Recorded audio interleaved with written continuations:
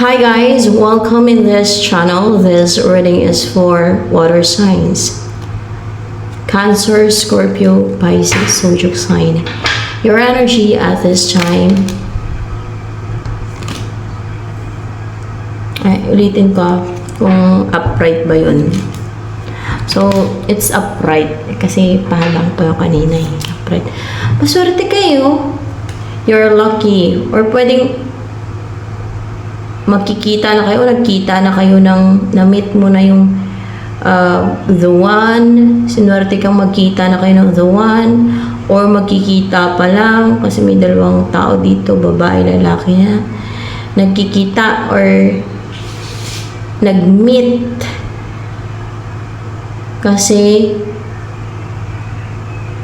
panahon na para magkita sila. So possible, panahon na para magkita kayo ng person mo, nagkita na kayo, nagkikita kayo ngayon. Or, or else, magkikita pa lang kayo, napag-usapan niyo magkita kayo. Swerte ka, siniswerte ka ngayon. Nakapanig siyang lock.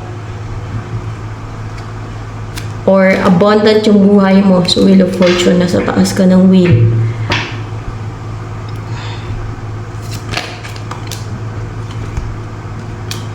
Kaso lang, may nangungontrol sa'yo eh. Pwedeng kung hindi man addiction, pwedeng may kulang ka. O may, pwedeng any type, pwedeng tigalpo, palipad hangin, kulang, barang, or any witchcraft. Di ko alam yung iba eh. Mga voodoo yung iba, di ba? Pero pangalan ng iba. Or else, may nag-send sa'yo ng ganun pa rin, kulang pa rin ata yun. Yung sinisendan ka ng mga jinns at mga demons o kung ano man yung sinesend sa'yo para kontrolin ka. So, meron nangungontrol sa'yo ngayon. O pwede din ano to eh, obsession. Pwede din obsessed ka. May kinaobsesan ka. What's with the devil here?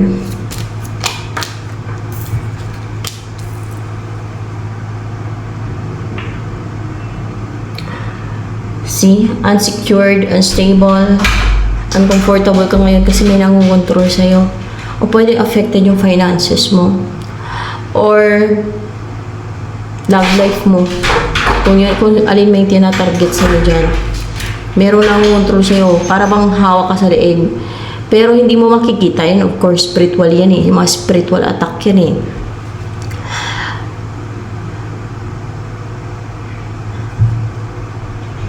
Water sign to eh. Water sign. Kaso Scorpio, Pisces. So eh. More clarification with the devil. Energy.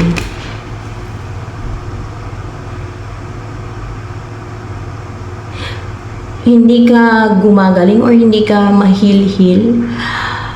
Or hindi mo pa natagin ko lang ubuan, parang kinakabahan ka. O baka nininervyos ka eh. Yun pala kay may nangungontrol sa'yo. Yun mga sign guys. Akala mo yung nininervyos ka lang. Yun pala kay mga spiritual attack na yan. Pwedeng kulang. Mga ganun. May mga palipad hangin. Yan. Para makaramdam ka ng tension. Nervous. Yung parang mayroong sa tiyan mo. Ganun na parang tension. Or pwedeng makaramdam ka ng fear. Kasi ganyan ang demonic na mga atake. Intimidation, manipulation, deception, lies. Di ba mga ganyan? And syempre, mga yan, pang pinsala, ganyan ginagawa nila. Nakaramdam ka ng nervous, tension, yung kabado ka. Yan. Yun pala may nangungontrol sa'yo. So,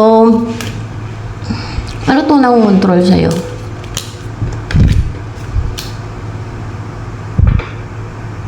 Ito nangongontrol sa'yo, buti nga kamong restricted siya ngayon. Pero nangongontrol pa siya sa'yo. Nangongontrol. Anong pangontrol yan? May sinent kaya yan sa'yo. May sinent para kontrolin ka. Kasi kahit restricted siya, kahit restricted, kahit nakabind, kahit naka-chain, may nangongontrol sa'yo eh. Baka may sinent ba yan na jinn or demonyo or unclean spirit or kung ano sa'yo. Meron siyang sinend sa'yo para makontrol ka. Kasi isipin nyo, restricted siya. Kung mga spell yan, ay hindi kanya makontrol eh. Kung mga energetically kasi nakarestrict siya eh. May sinend to na yung hindi natin nakikita na mga like jinn. Ano ba yung sinend niya sa'yo? Jinn? Hindi jinn. Demon. Sinend niya sa'yo. Hindi yan demon. Elemental ang sinend niya sa'yo. Pwede kasi elemental din. Hindi. Fallen angel yung sinend niya sa'yo. Fallen angel, guys. Fallen angel. Nagsummon siya. Nagsusumo ng fallen angel. Yan ang ginagawa ng iba. Mga nagsusumon. Witchcraft pa rin. Oh, ganun yung mga witchcraft. Pero buti ka mo, restricted siya, hindi kanya mapuruhan. Kasi hindi kanya ma-atake gaano ng mga spell niya. No, mga yun na yung nangontrol sa'yo ngayon, yung fallen angel na sinend niya sa'yo para kontrolin ka. Para maka-experience ka ng financial crisis. O para maging unstable ka. Para hindi maging masagana yung buhay mo. Para hindi ka maging wealthy. Or para manatili ka ng person mo hiwalay. Maganon ba? Or para maging clouded yung isipan mo, magmukha kang lutang, bubo, yan, yung mag-visit lang nila, yan. Magmukha kang bag down yung isip mo, magmukha kang alinganga, wala kang gagawa nila, yan. Pero maswerte ka, oh. Or mag-umpisa na siguro tong lock, maging maswerte ka, kasi naka-restrict na to eh. So, let's see. Dahil naka-restrict to, hindi na ba ito makaalis sa restriction hanggang mamatay yan? Tingnan natin ha. Hindi, makakaalis pa daw yan eh. Buti sana kung hindi na makaalis no, sa restriction para hindi na siya makapaminsala. Na naka-restrict lang siya, hindi na siya makapaminsala, hindi na siya makapang-atake. Yung mga, hindi na niya maulit yung masindan ka. Pwede matanggal yun sa'yo. Makawala pa daw to sa restriction. Pero matagal to bago makawala sa restriction. Let's see matagal din bago makawala sa restriction.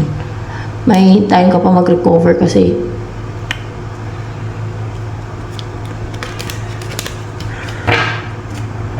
may mga ganyan. Iba ang sinesend nila elemento, mga kapri. Sinusumuna nila. Yung sa mga elemento naman, o kaya duwende. Kinakaibigan nila yung mga elemento o duwende. Yan. Tapos, utusan nila pag may gusto silang pinsalain. Yan. O kaya may gusto silang kontrolin. Utusan nila yung kaibigan ng duwende o kapre. Masama din ang mga elemento na kontrolin o pinsalain o paghiwalayin yung magjowa, mga ganun yung ginagawa nila. Ito naman, kaya nakapag-summon to ng fallen angel. Kadalasan yung nagbibintay ng kaluluwa nila sa fallen angel. Kaya nakapag-summon sila ng fallen angel. Nautusan nila ng fallen angel. Nasumunan ba nila ba? Kapalit yung kaluluwa nila. Yan, pag mga fallen angel. Fallen angel na yun eh. Ano ba itong fallen angel na to? Babae ba? Yung sinumunan. Babae. Si Lilith ba yan? Kadalasan si Lilith eh. Si Lilith yung sinumunan. Hindi. Sino? Anak ni Lilith. Pwedeng, ano ba yan? Incubus o kubus. Anak ni Lilith. Baka humiling sila kay Lilith. Doon sila nagbinta ng kaluluwa nila. Tapos, yung anak ni Lilith, ang inutusan ni Lilith na, yan. Ganun ba yun? Yung anak ni si Lilith ang, kay Lilith sila nakipag-deal, no? Nag-barter ng kanilang kaluluwa. Itong nagsummon sa'yo. Tapos, yung inutusan ni Lilith na mag-control sa'yo ay anak niya. Ganun ba yun? Kasi si Lilith yung kilala ng mga tao. Yun na nga. Hindi talaga exact na si Lilith yung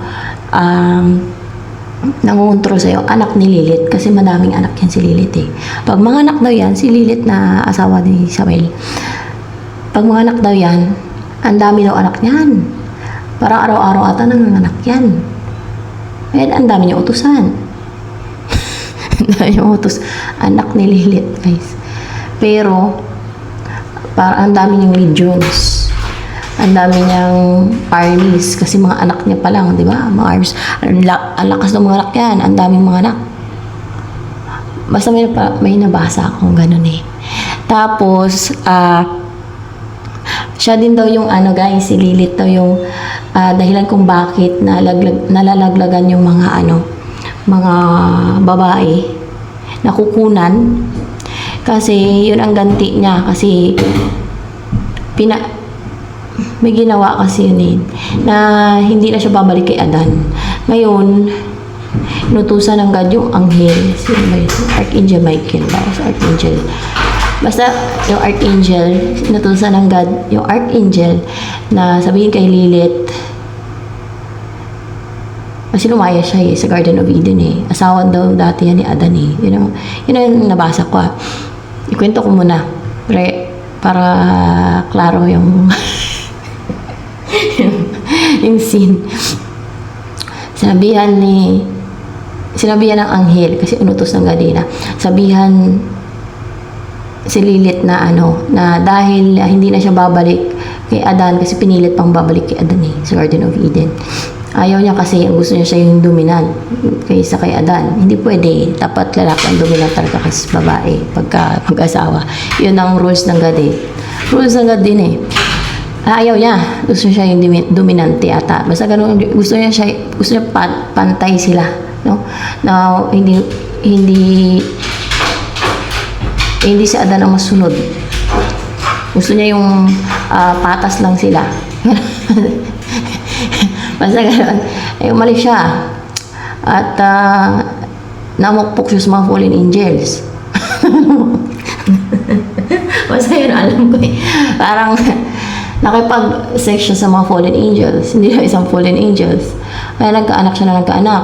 Pinapabalik pa rin siya ng God. Ayaw niya. Ayaw bumalik kay Adan. Kasi hindi yan hinugot sa tadyang ni Adan si Lilith. Kinrate din siya na parang katulad ni kay Adan. Yan. Hindi siya yung hinugot sa tadyang ni Adan. Kaya ginawa si Eva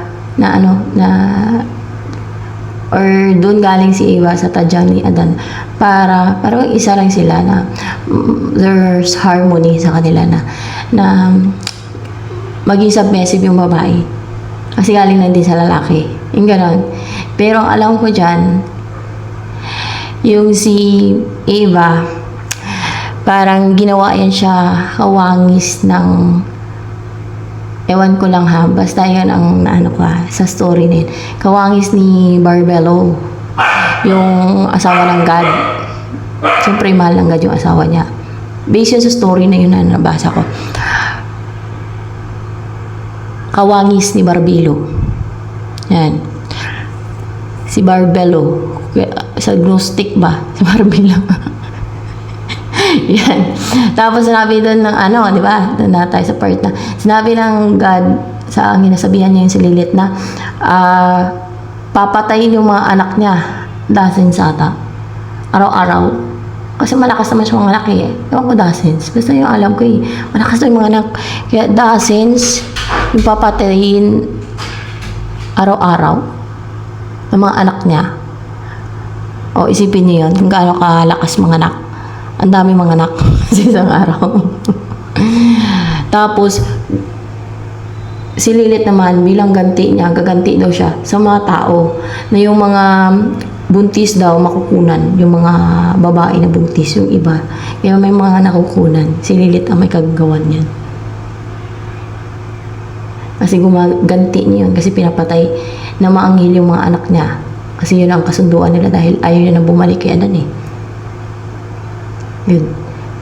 Naging demonyo na talaga siya. Hanged man. Yan. anak ni Lilith yung umatake. Utos ni Lilith sa anak niya.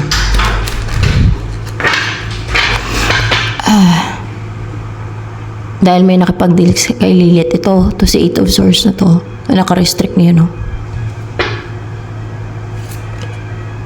So, mukhang gusto kang mas stagnant. Or maybe your connection with your person gusto niya mas stagnant. Ito yung... Shh, maingay! Nagpapasok pa! O, sige na. Dali mo na. Dali na. Naiyak ka pa. Dali na.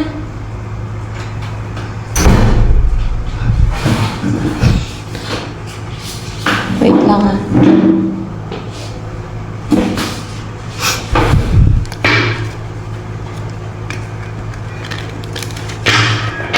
So, ano kaya ang mga next na mangyayari sa'yo? Sa kabila ng kasi naka-restrict naman to, may fallen angel sa'yo na sinumon dyan. Nasaan ba banda yung fallen angel? Sa loob ng katawan mo? Para alam natin, di ba? Hindi. Kasi hindi naman nila kailangan ng katawan yan eh. May katawan yan sila eh. Fallen angel eh. Basta nanggugulo lang yan sa buhay mo. Ganon. Nanggugulo lang sa buhay mo. Kung ano yung hinihiling nito, ni Eight of Swords na gawin sa iyo, yun ang ginagawa niyan. Tama ba? Kung ano yung wini-wish niya doon, hinihiling niya, o pinapanalangin niya doon, sa kay Lilith, yun ang inuutos ni Lilith doon sa anak niya. Tama ba? Claire. Ganun daw yun, guys. Na kung ano inuutos nito na gawin sa'yo, yun din yung utos ni Lilith sa anak niya na gawin sa'yo. Ngayon, kung iutos sa ni Lilith yung anak niya na gawin kang nerbyusa, maging nerbyusa ka. Ayun, kung hilingin nito kay Lilith na gawin kang magmukhang siraulo, magmukhang siraulo ka kasi merong ng sinensi Lilith sa'yo. Na anak niya. Kasi may nakipag-deal sa kanya na witch o wizard o magician. Ang tawag sa kanya? Magician. Hindi. Iba-iba yan eh. Witch. Ang tawag sa kanya. Witch.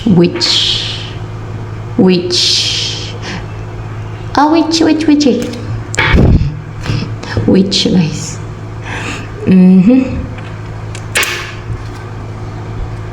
Ayun, kapalit na yung kaluluwa niya. Sa mga kahilingan niya na yun. Ginagrant eh. Kapalit yun. Ganun nga yun. Kapalit yan. Basta mga ganyan. Hindi yan gagana kung walang kapalit. Hindi niya ibibigay. Tama ba? Hindi bibigay ng fallen angel kung hindi kapalit ang kaluluwa. Ganun. I want to know it. Yes. Hindi naman sila tutulong sa tao eh. Ang hangad lang nila kasi niyan, kaluluwa. Yung mahila nila to simpiro, yung parang kaluluwa ng tao, makarami sila, basta ganun, makuha nila. Yan kung anong gagawin nila sa kaluluwa. Yung makuha nila. Malaman na lang afterlife kung ano ba yung gagawin nila doon. Alam ko, gagawin nilang alipin doon sa impyerno, ang mga nakuha nilang kaluluwa. Gagawin na nilang alipin doon. Wah. Kanya-kanya silang alipin.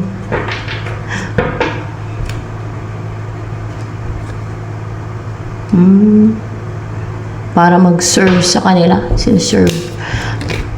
Para mag-serve sa kanila. Yan lumalabas dyan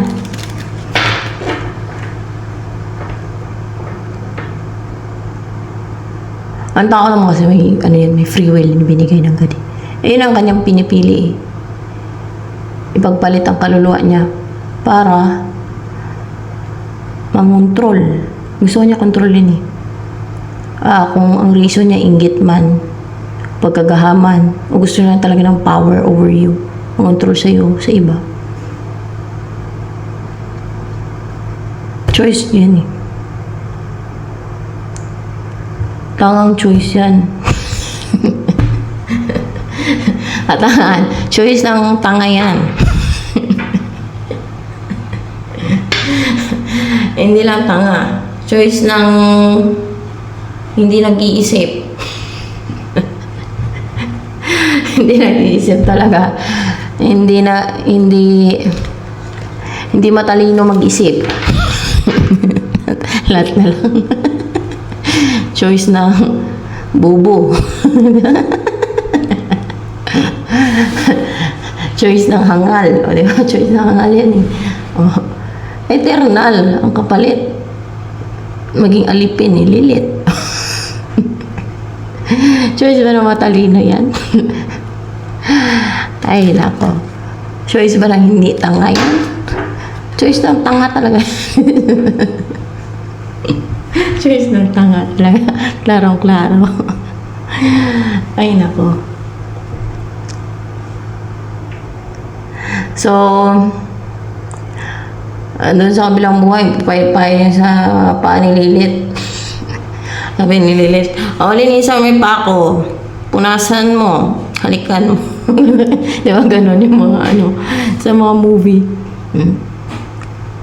Alipin ni Lilith eh. Alipin ni Lilith eh. Ano yung utos ni Lilith?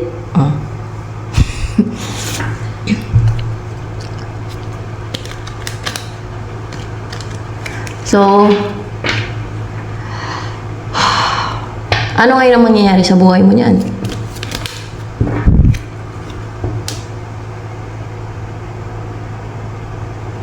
I'm so excited, I can't hide it. Excited ako guys. Afterlife. I want to know marami. Sa kabilang buhay. Kayo, excited din. Sa excited ako. Ang dami kong gusto malaman.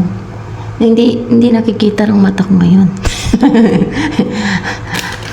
So, Six of Pentacles. There's equal give and take na magaganap, guys. Equal give and take between you and your person. Or merong tutulong sa'yo. Merong maging giving sa'yo. Merong magbibigay sa'yo ng pera. Pwedeng pera kasi pentacle naman to eh. Oh, guys. May magbibigay siya ng pera. Yung magkakaroon ng union sa inyo. Kasi clarify by Two of Cups. Kasi, ano yun? Isipin niya, responsibility ka na niya. Oo, pagkasama ka na niya, masaya talaga siya. Very positive ang buhay niya. Masaya siya pagkasama ka na niya. At yun, masaya naman siya na bigyan ka ng pera. Na responsible ka na niya. Siya na ang bahala sa pera. Kasi bibigyan ka ng pera. Na siya na ang bahala sa pera. Ganun, parang ganun eh. Oo, siya na ang bahala sa pera. So, hindi ka naman problema ng pera. Lalo kung masipag naman to, hindi ka naman magastos mo o hindi. Basta ganun siya. Siya na ang bahala sa pera. Pero for sure matutuwa yung tao kung ano. O hindi ka ganong gastador.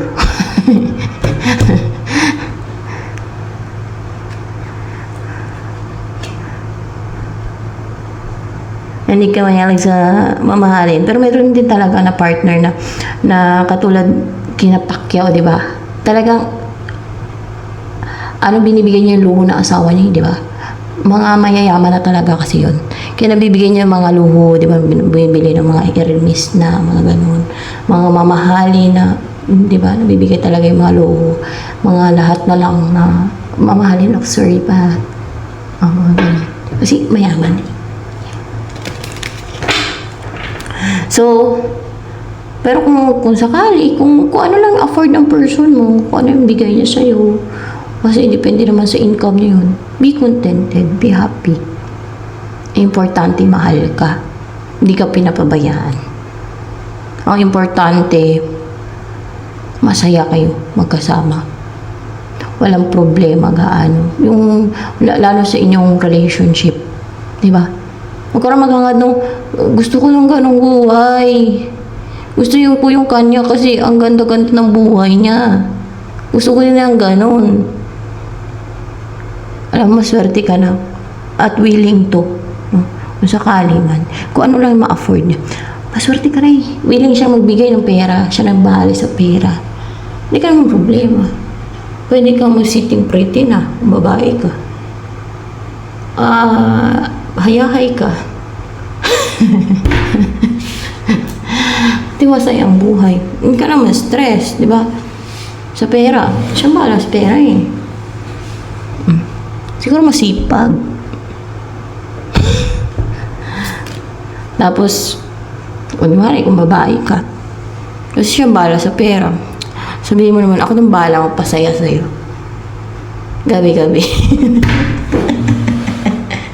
Masaya ka din. Hindi lang siya masaya. Di ba? Ang sarap ng buhay mo. So, ano yung... marunong na kayo magpasaya. Kailangan niya aralin yun. At the same time, nag-enjoy din kayo. Kailangan yun sa mga partner ko isa. Hindi naman sa, kailangan yun para strong yung bond nyo. Na-enjoy nyo yung times together, ganyan. Well, pero kung hindi mo gusto, kunwari, masama pakiramdam mo, alam ko nang pilitin ka ng partner mo, di ba?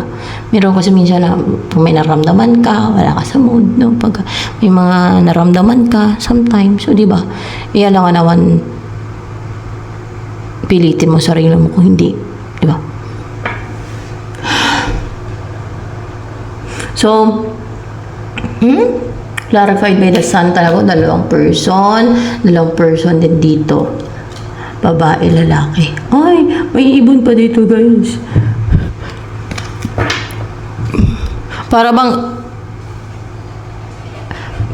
this person look into the future, or yung iniisip niya yung masaya ang future ninyo together na magkasama. Happy kayo na magkasama.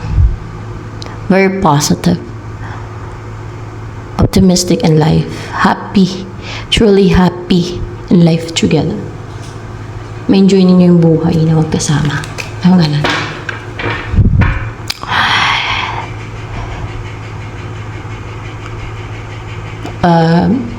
Cancer, Scorpio, Pisces na. So, what's next? Hindi na din makapamigil yung gusto mamigil sa inyo. Or pwede din hindi maging cold person. What's more clarification? What is King of Swords in reverse?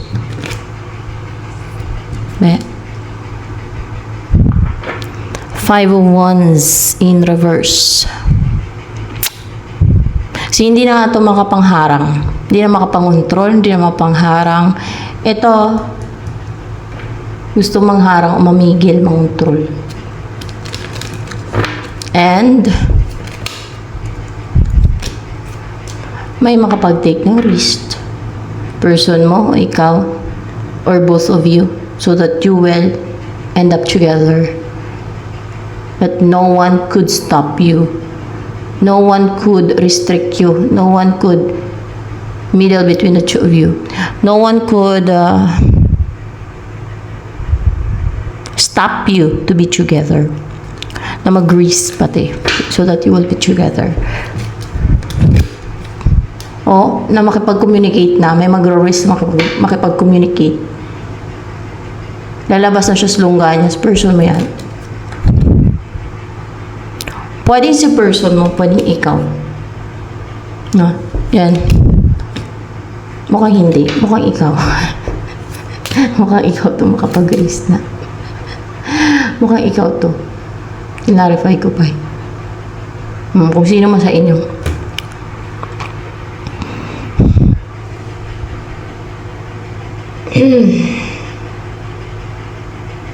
So, ayun na lamang guys for water sign.